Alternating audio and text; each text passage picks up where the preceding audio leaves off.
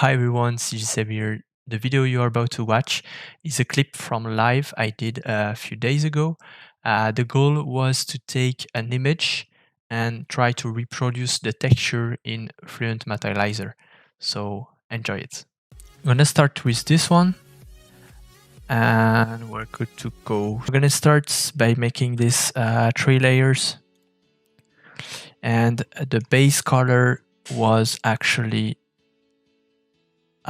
between green and blue, so probably something around this. If we see here, we have, for example, on the borders, so we can start on the edges for now, and then we will add more later, but for now we can start with the edges. So first of all, make it this rough and smaller like that. Great. I want something rusty, so as usual, we add a grunge to this. Boom. I'm gonna change the seed because, yeah, this is better. Like normal here. Also, we want the paint to be changing colors a little bit everywhere. So we're gonna use here the map color. For that, I think we're gonna use a grunge. And I'm gonna try a different grunge this time, because tonight we're experimenting stuff. So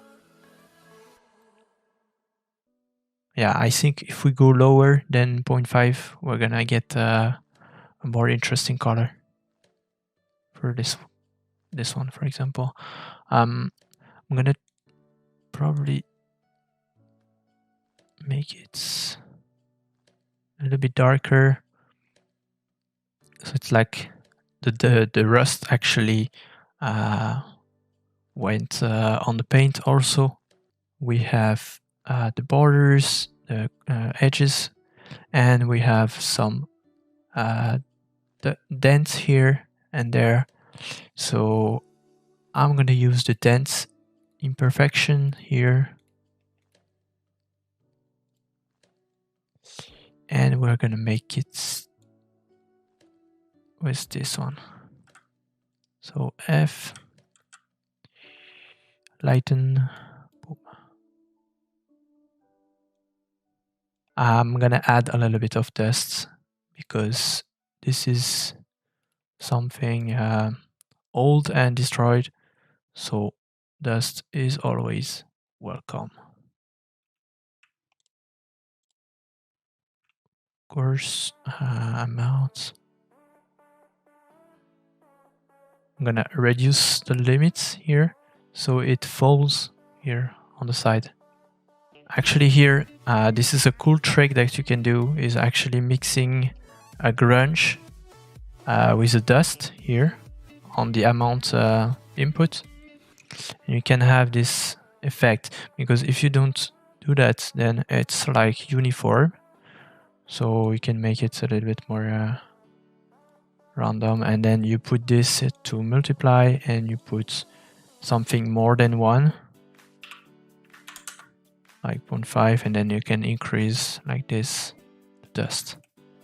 So this is very good. And as usual, I'm making this not white, but a little bit tinted, like that. Looks pretty good. So we are pretty close to that actually. So that was so that's it for this video. I'll let you watch this video that will give you 10 tips on how to make your texturing process faster and easier.